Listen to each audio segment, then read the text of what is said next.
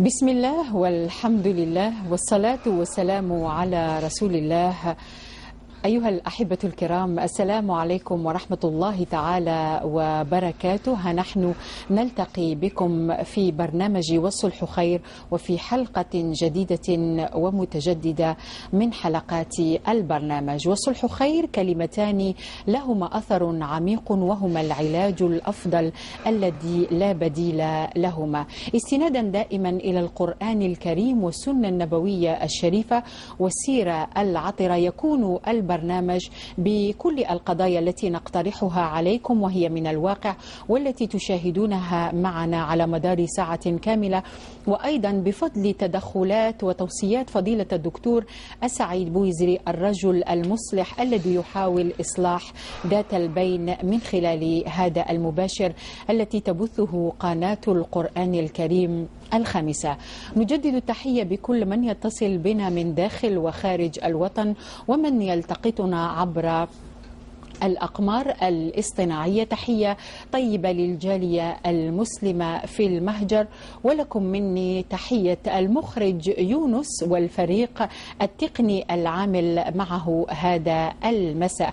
قبل ذلك أذكر بالأرقام الهاتفية التي تعودتم على مشاهدتها، وهي 021 37 42 87 021 37 45 64. ومن أراد الاتصال من خارج الوطن ما عليه إلا استعمال 00213. أما بالنسبة للمراسلة الإلكترونية صلح@suntv.dz. نستفتح هذه السهرة المباركة، سهرة الصلح، بحول الله تعالى بالترحيب بفضيلة الدكتور السعيد بويزري. مرحبا بك دكتور. مرحبا. كيف حالك دكتور؟ بخير الحمد لله. رأيتك بالأمس تتصفح قضايا الناس، وكم كانت عديدة. نعم الحمد لله. نسأل الله أن يبارك في أعمارنا وفي أوقاتنا وفي عقولنا للنظر في قضايا الناس وتقديم الخدمة المناسبة إن شاء الله بقدر الطاقة والإمكان إن شاء الله. دكتور، إذا نتواصل دائما مع المشاهد الكريم في قضايا العقار. قبل ذلك لدينا اتصالات بعض المشاهدين الذين اتصلوا ببرنامج الصلح خير في الحلقة الماضية.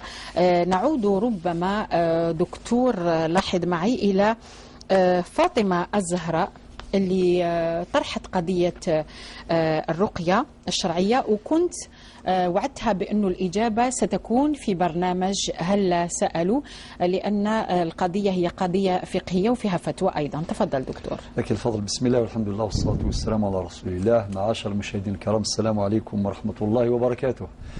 مرحبا. بسم الله السلام نولي قلت نون والصلح خير. نعم الأخت نجاة، الأخت فاطمة الزهراء وعدناها بالإجابة عن موضوع الرقية الشرعية نعم في برنامج هلا سألوا، وقد تم ذلك والحمد لله. فأجبنا عن موضوع الرقية الشرعية من خلال بيان ضوابط الرقية الشرعية. نعم. وعندها سؤال آخر في العدة أجبناها نعم. في برنامج الصلح مباشرة خير في برنامج الصلح خير بالنسبة للأسبوع الماضي. طيب دكتور أرزقي يسأل عن القتل الخطأ. نعم الأخ رزقي من بجاية. نعم صحيح، والده قتل شخصا آخر بعد نزاع وقع في الحقيقة بينهما وقتله، ولكن الحمد لله أرزقي وعائلته تقدموا بكل إخلاص وبكل ما يملكون من قوة، وعبروا عن رغبتهم الصريحة الأكيدة والثابتة من أجل إصلاح ذات البين. نعم. بمعنى هما يقولوا احنا مستعدين باش نتقدموا إلى عائلة الضحية، يعني عائلة الشخص اللي مات الله يرحمه برحمته الواسعة، من أجل وضع يعني من أجل حل هذه القضية وديا. طبعا حينما يسمع المشاهد الكريم هذا الكلام يقول ما معنى هذا؟ رجل قتل واحد آخر، نقولوا اللي مات الله يرحمه الله يرحمه ويوسع عليه، والقاتل الآن راه في السجن، والصلح ليس بديلا عن القانون، الصلح ليس بديلا عن القضاء، يعني القضاء يأخذ مجراه. نعم. تطبق القواعد الأحكام القانونية على الشخص المخالف للقانون، ولكن الصلح هو مكمل القضاء وليس بديلا عنه ولا يلغيه. نعم. بمعنى إذا كان أختنا جات الجريمة خلصت خلاص، طبعا ظروف الموضوع القضية نملكها وسوف نناقش ونعالج هذا الموضوع في حينه حينما يجتمع الأطراف. ولكن مقاصد الصلح مهمة جدا. المقصد الأول باش ما يكونش هناك ثأر، لأنه بعض الناس نهار اللي يموت لهم واحد وشحنة يروح مباشرة يقول لك أنا أثأر فونجونس، يقول لك مباشرة أنتقم، رغم أن القانون مطبق على الجاني، ولكن هو يدير محكمة لروحه يقول أنا نقتل كما قتلوا لي شخص من العائلة، أنا ثاني نرد الثار. نعم. نقول للناس لا، هذا خطأ. هذا خطأ. هناك سلطة قضائية تقوم بواجبها، ونحن في مجال الصلح نقوم بواجبنا، يعني باش ما يكونش هناك ثأر. هذا رقم واحد. رقم اثنين، باش عائلة القاتل ما تبقاش عايشة في الخوف وفي الهلع باستمرار. ثلاثة، أنه تولي العائلات يعني تزول عندهم منهم الشحناء كما قلتي والحقد والبغضاء إلى آخره.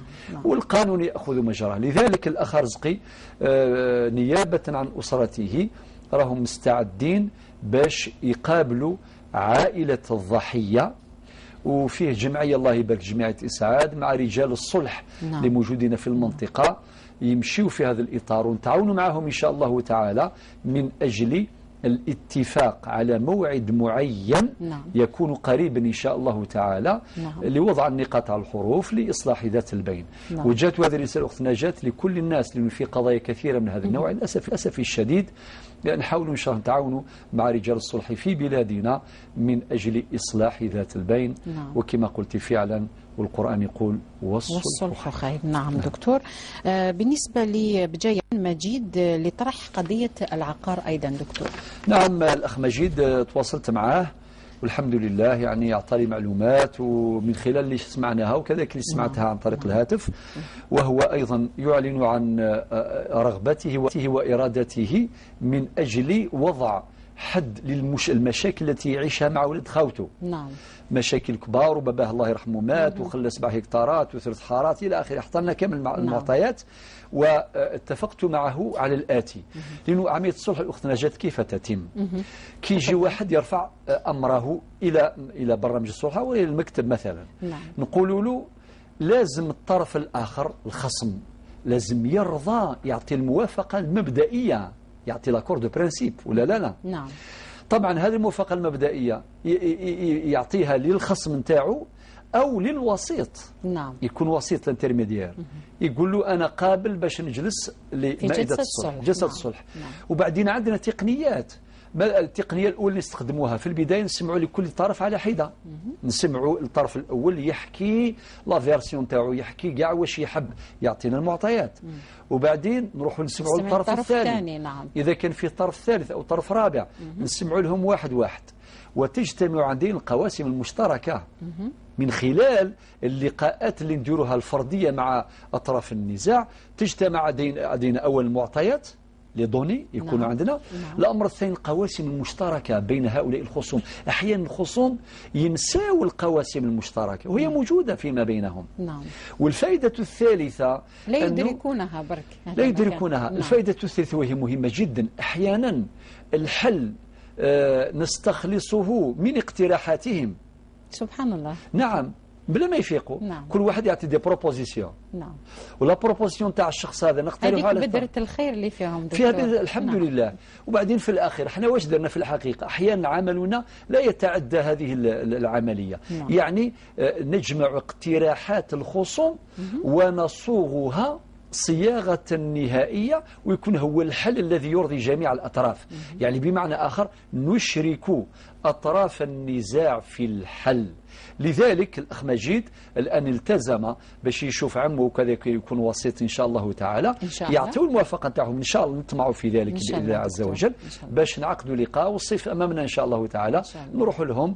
العقار طبعا ما يطيرش، ما زالوا موجود والحمد لله، ونفروا القضية بالصلح إن شاء الله تعالى. نعم إن شاء الله. دكتور، نعود ربما إلى راضية من عنابة اللي كان عندها قضية العقار وعندها مشاكل وفيه احتيال من طرف الناس اللي شرت عليهم المنزل. دكتور تفضل. للأسف هذا الأخت يعني قضية الأخت راضية كما قضية الأخت نصيرة اللي شرحناها المرة اللي فاتت تماما، يعني فقط اختلاف المبالغ فقط، ليس إلا وقدمت خدمات جليلة كما حكيت لنا، يعني مساعدتهم وهي اللي كانت تتنقل بهم، مساعدتهم وكانت فعلا يعني عندها لونيتي، عندها الصفاء حقيقة وحسن النية، ولكن للأسف الشديد أحيانا بعض الناس يستغلون طيبة الآخرين. واحد يكون عنده قلب طيب ونية حسنة فيستغلونه. وهذه الأخت راضية أيضا إن شاء الله ربي يسخر هؤلاء الناس للجلوس إلى مائدة الحوار.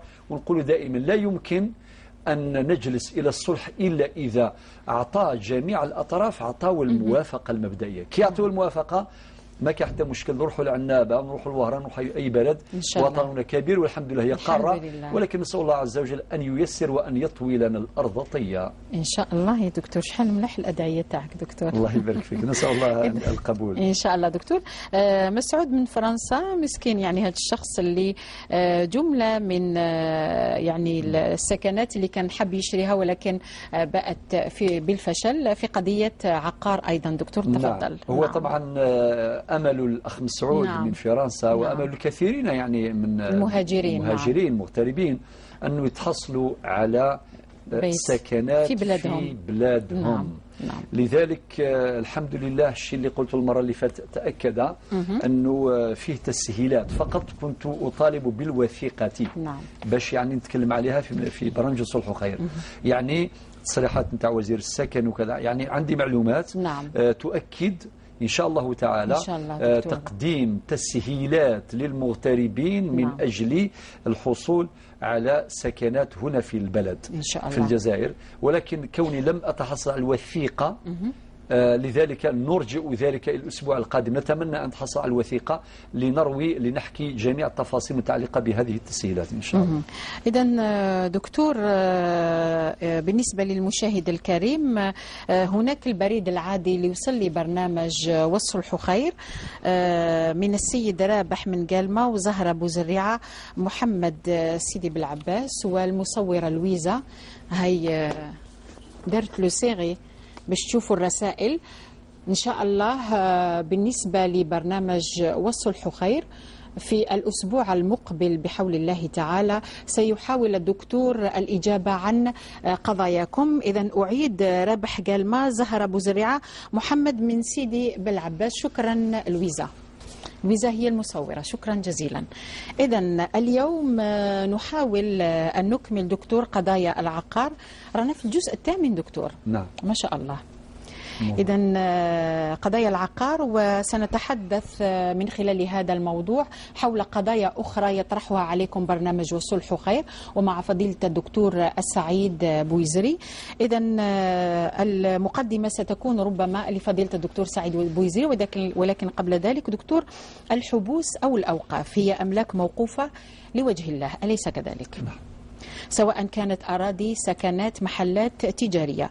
السؤال الذي نطرحه في هذا البرنامج في بداية الحصة: ما هي أهم النزاعات المثارة في مجال الحبوس والأوقاف دكتور؟ ثم نشاهد الروبورتاج الذي أجريناه بالأمس في ولاية تيزي وزو. دكتور تفضل. لك الفضل. أحاول أن أجيب عن سؤال الأخت نجاة بشكل مركز من خلال النقاط الآتية. أولا، الحبوس أو الأوقاف مفردها طبعا وقف، هذه أي إنسان، نتكلم بالدارجة باش كل الناس يفهمني، أنا موضوع مهم جدا. أحسن دكتور. نعم. أي إنسان عنده حق باش يحبس أرض أو عقار معين، محل أو سكن أو كذا لوجه الله تعالى، يفيد التأبيد، يعني يدخل في التبرعات، أي بلا عوض، باطل لوجه الله، مجانا بلا بدل، وهذاك الأرض كي وقفها لوجه الله تعالى بعقد واسمه عقد الحبس. في كان إجراءات قانونية سأشير إلى القوانين المنظمة لهذا الموضوع بعد حين. هذا الحبس هذا يولي مخصص للمصلحة العامة. نعم. إما للمساجد، إما للزوايا والمدارس القرآنية، إما للفقراء، إما للمساكين، إما لليتامى، إما للأرامل، إما لأبناء السبيل، إما للاستشفاء يكون مستشفى، إما للتعليم مدرسة، إما يعني الأوقاف راهي في كل هذه الخيرات اللي تعود على الأمة. يعني الأوقاف راهي من مقاصدها معنى المقصد الأساس ضمان مورد مالي لوجه الله تعالى. وهذا الأرض هذه الموقوفة أو هذا العقار ما يتورث، ما يترهن، ما يتباع. يعني ما يجيش الورثة كيما تبابهم اللي دار الحبوس يقولوا رجعوا لنا هذاك المحل أو هذاك القطعة الأرضية باش حنا نوزعوها بيناتنا ونبنيوها. لا، واللي يقول رجعوا لنا هذاك الحبوس ونبيعوها نجيبوا دراهم ونديروا مشاريع استثمارية. لا. ولا هذاك الحبس يرهنوه. لا إطلاقا، قطعا لا. نعم. ولكن هذا المال المحبس أو هذا المال الموقوف لازم له شروط. بالمناسبة القانون الجزائري، قانون الأسرة الجزائري في المادة 216 ذكرها. الشرط الأول لهذا المال المحبس يجب أن يكون مملوكا للواقف. يعني لازم هذاك العقار يملكه الواقف صاحب الوقف، لازم يكون نتاعو. نعم. الشرط الثاني أن يكون معينا، ما يديروش هكذا، لازم يكون معين. يقول قطعة أرضية واسمها القطعة الأرضية هذه، حدودها أين تقع. أين تقع موقعها.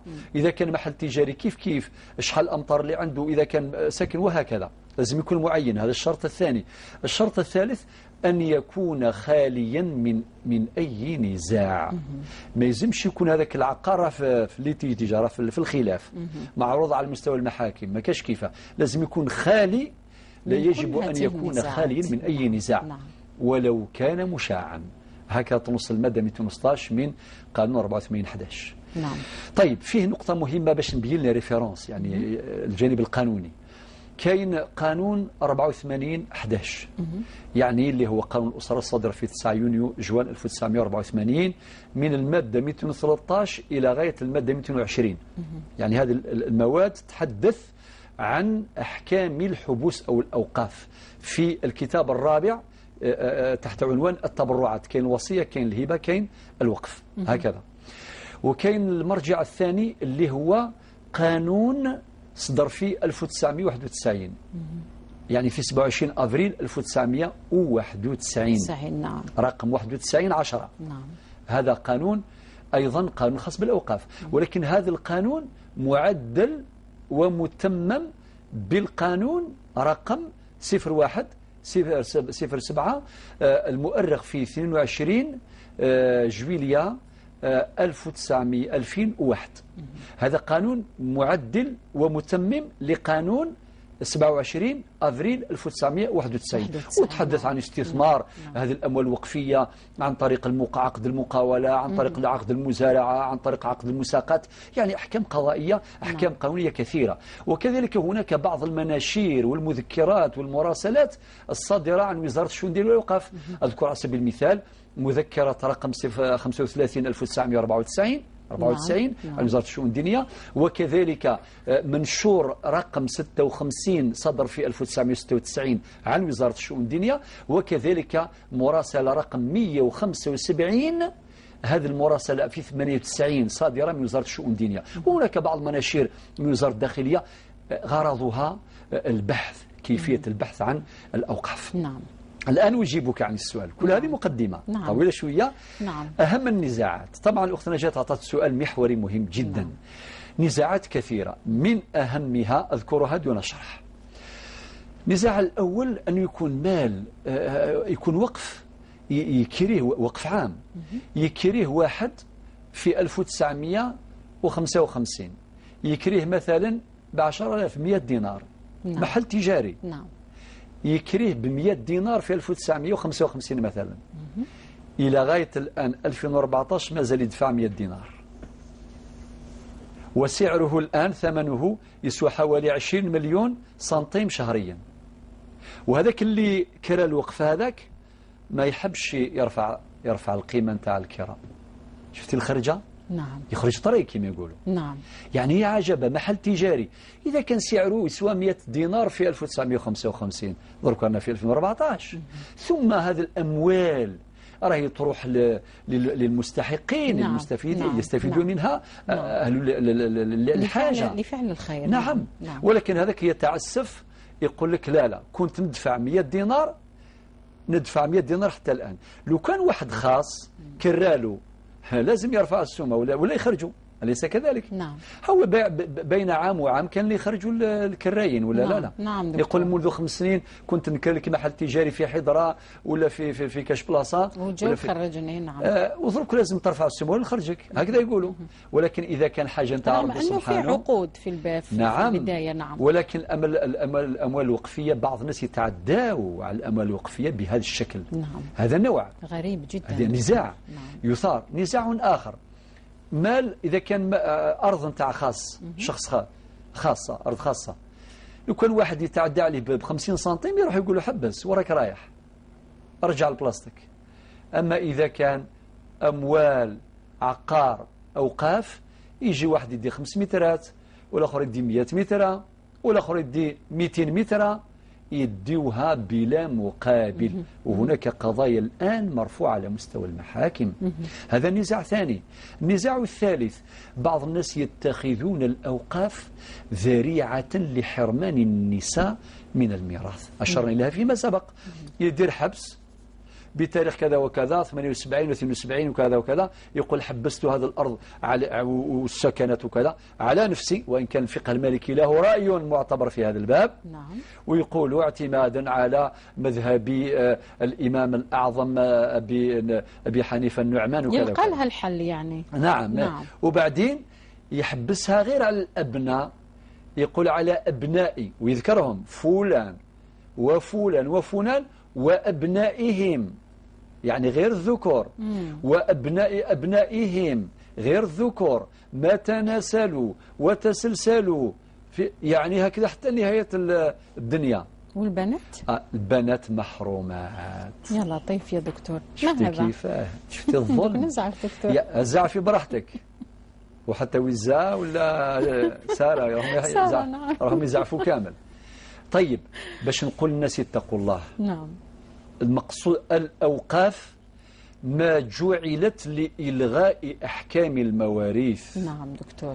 إلا دي حبيت دير وقف لله في سبيل الله كما قلنا قبيلة صحيح بنية صافية بطريقة. أما أن واحد يدير وقف نعم دكتور بنية حرمان النساء من الميراث نقول هذا لا يجوز. ويأتي بيان هذا الأمر في الوقت المناسب إن شاء الله تعالى إن شاء في الله. الأيام القادمة إن شاء الله. لست أدري سعيد إذا كان نمر لمشاهدة الروبورتاج أو ننتظر. طيب شكرا سعيد. إذا في رحاب الصلح والإصلاح نتواصل معكم في نزاع حول الحبوس والأوقاف. السيد حمام سعيد اللي راحين تشاهدوه معنا لديه خال. هذا الخال حبس الأرض والمنزل تاعو كما كان يقول فضيلة الدكتور باعتباره صاحب الملكية. اللي استفادوا من الحبوس هم السيد حمام سعيد وأيضا أم حمام سعيد اللي اسمها السيدة تسعديت والأخت تاعها رحمة أي خالة سعيد حمام اللي شفناه البارح وخدمنا معاه الموضوع. بعد وفاة أم سعيد لمن تعود الاستفادة من الحبس؟ هذا هو السؤال المطروح. الإشكال في القضية أنه أحد الأفراد من العائلة وليس من العائلة الكبيرة استولى على الأرض والبيت وعمر القضية في المحكمة 8 سنوات. تابعوا معنا هذا اللقاء الذي أجريناه في ولاية تيزوزو ثم نعود لاستقبال مكالمتكم الهاتفية.